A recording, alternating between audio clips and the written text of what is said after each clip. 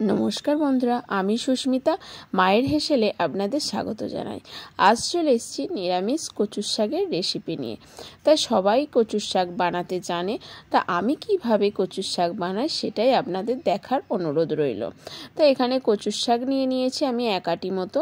তা কচুর শাকটাকে কিভাবে আপনারা কাটবেন সেটা দেখে নিন। ওপর থেকে যে পাতলা আঁশটা থাকে সেটা আমি ছাড়িয়ে নেব।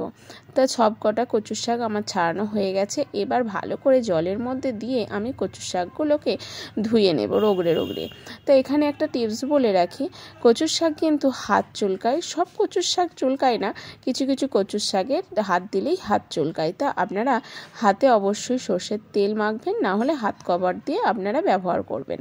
তো এবার আমি প্রেসারের মধ্যে কিছুটা কচুর শাক আর পাটনায় ছোলা দিয়ে দিয়েছিলাম। তা আপনারা এখানে ছোলা মটর ব্যবহার করতে পারেন। আমি এখানে এই ছোলা কাবলি ছোলা ব্যবহার করেছিলাম। তাই একে একে আমি কচু শাকগুলো সব ধরিনি বলে কিছু কিছু কচুর শাক দিয়ে আমি 2 থেকে 3 বার মতো আমি সিটি দিয়ে নিয়েছিলাম, একবারে সব কটা কচুর শাক ধরিনি বলে। তার মধ্যে আমার বেশ ছোলাটাও সিদ্ধ হয়ে যাবে। 3 থেকে 4 বার মতো সিটি এইভাবে দিয়ে নিয়েছিলাম। তা আপনারা সম্পূর্ণ ভিডিওটা দেখলে বুঝতে পারবেন। তা দেখুন এখানে অনেকটাই কমেও গেছে। আবারও আমি যে কটা কচুর শাক ছিল সে কটা দিয়ে আবারও আমি 2 থেকে 3টে সিটি দিয়ে নেব, তাহলেই আমার ছোলাগুলো ভালোভাবে সিদ্ধ হয়ে যাবে। তা কারা কারা কচুর শাক খেতে ভালোবাসেন অবশ্যই কিন্তু কমেন্ট করে জানাবেন। আর আমার চ্যানেলে যারা নতুন বন্ধু আছেন তাদের রিকোয়েস্ট থাকলো আমার চ্যানেলটাকে সাবস্ক্রাইব করে পাশে থাকার যে বেল আইকনটিটা আছে সেটাই প্রেস করে রাখার জন্য, যাতে আমি কোনো ভিডিও ছাড়ার সঙ্গে সঙ্গে আপনাদের কাছে নোটিফিকেশান চলে যায়। আর এখানে দেখুন আমার কচু শাকগুলো দেয়া হয়ে গেল। এবার আমি সিটি দিয়ে নেব। প্রেসার কুকারের মুখটা এঁটে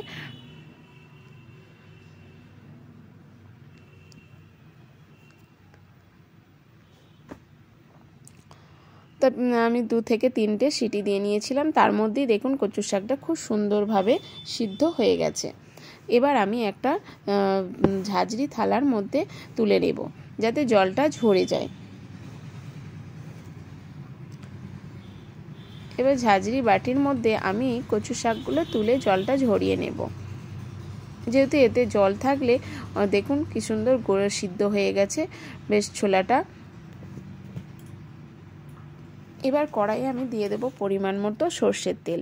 আর আমি এখানে কোনো বাটনা ব্যবহার করিনি, শুধু ফোড়নের ওপরেই আমি কচুর শাকটা রান্না করেছি। তার মধ্যে ফোড়ন বলতে এখানে 2টো মতো শুকনো লঙ্কা আর 1 চামচ 5 ফোড়ন আর 2-3টে তেজপাতা দিয়ে দিয়েছিলাম। এখানে তেজপাতার পরিমাণটা আমি একটু বেশিই দিয়েছি, কেননা কচুর শাকে একটু তেজপাতা আর 5 ফোড়নটা বেশি দিলে তার স্বাদটা বেশ ভালো লাগে। তো এবার আমি কচুর শাকগুলো ভালো করে আমি জলটা এইভাবে হাতা দিয়ে দিয়ে টিপে টিপে ঝারিয়ে নেব, কেননা একভাবে থাকলেও জলটা ভালোভাবে ঝরতে চায় না। তার জন্য আমি হাতা দিয়ে এইভাবে টিপে টিপে আমি জলটাকে ঝরিয়ে নিয়েছি। তা যতটা পেরেছি ততটা জলটা ঝরে নিয়েছি। তাই আমার এদিকে ফোড়নটাও হয়ে গেছে। এই সময় দিয়ে দেব আমি কচুর শাকটা, আর 2টো আমি কাঁচা লঙ্কাও ব্যবহার করেছি। কচুর শাকের ঝাল আর নুনটা আপনাদের স্বাদ মতো আপনারা ব্যবহার করবেন। এখানে আমি আমার স্বাদ মতো ব্যবহার করেছি।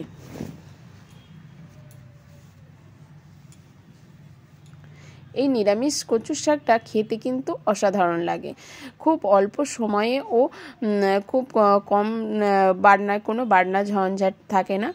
শুধু কড়াইয়ে একটু ফোড়ন দিয়ে চাপিয়ে দিলেই কচুর শাকটা সুন্দর একটা রেসিপি তৈরি হয়ে যায়। তা আমি এখানে এবার পরিমাণ মতো নুন দিয়ে দিয়েছি। আমি এখানে হলুদ ও কাশ্মীর লঙ্কা কোনো বাটনাই ব্যবহার করিনি, শুধু স্বাদ মতো আমি এখানে নুন আর চিনি আর সর্ষের তেল আর লঙ্কাটাই ব্যবহার করেছি।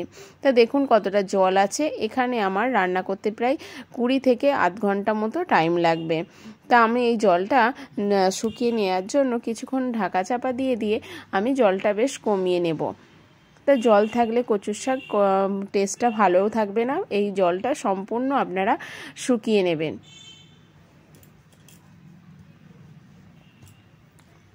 তো অনেকটা বলে আমার নাড়তে অসুবিধা হচ্ছিল, তো তাও দেখুন এইভাবে আমি নাড়াচাড়া করে নিয়ে বেশ আধ ঘন্টা ধরে আমার লেগেছে এই কচুর শাকটা তৈরি করতে। তো এইভাবে ঢাকা চাপা দিয়ে দিয়ে আমি কচুর শাকটা করে নেব। তো অনেকটাই জলটা কমেই এসেছে, শুকিয়েই এসেছে।